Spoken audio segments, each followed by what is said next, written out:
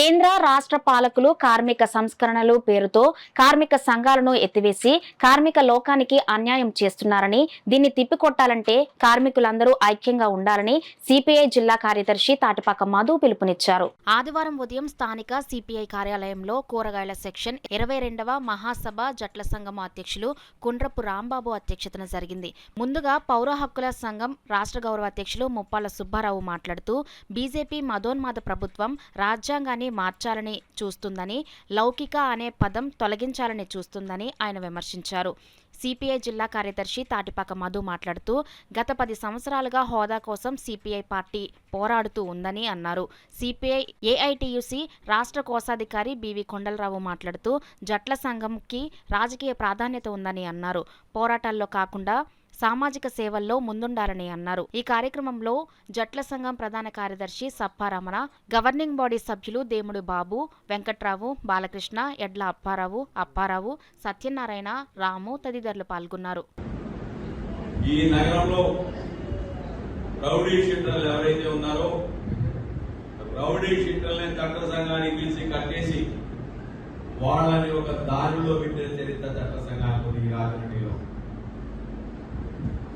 అనేక ప్రజా ఉద్యమాలలో ప్రజా సమస్యల మీదుగా స్పందించినటువంటి సంఘం సంఘం. దానికి అనుబంధంగా ఉన్నటువంటి కూరగాయల చట్ట, అపరాధ చట్ట, ఐరన్ చట్ట, బట్టల చట్ట, రకరకాల జట్లు ఏవైతే ఉన్నాయో ఇవన్నీ కూడా వాటికి అనుకూలంగా ఉద్యమంలో పాల్గొన్నాయి. జట్ల సంఘం రూపకల్పనకి ప్రధానమైన కారణం అసంఘటితంగా ఉన్నటువంటి కార్మికుల యొక్క సమస్యలు విస్తృతంగా ఉన్నాయి.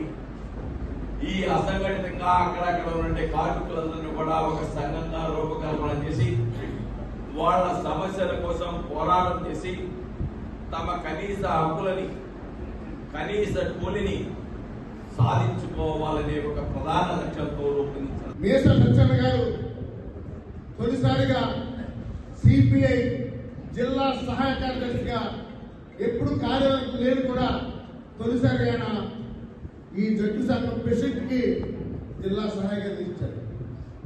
నేను జిల్లా సహాయ కార్యదర్శి అయిన తర్వాత జట్టు ల్యాబ్ యూనియన్ అధ్యక్షుడికి రాష్ట్ర పార్టీలో స్థాపించిన విషయాన్ని మీరు అందరూ మర్చిపోకండి.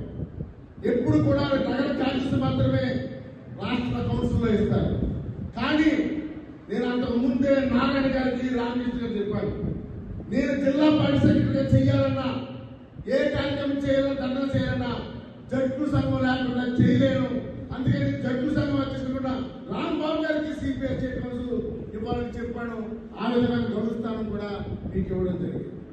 అంతేకాకుండా మొన్న జరిగిన ఆర్యపురం బ్యాంక్, అంతకుముందు ఇన్వెస్ట్మెంట్ బ్యాంక్, ఈ 2 బ్యాంకుల్లో కూడా ఎప్పుడు కూడా రాంబాబు గారు నాకు ఇష్టం లేదని చెప్పారు.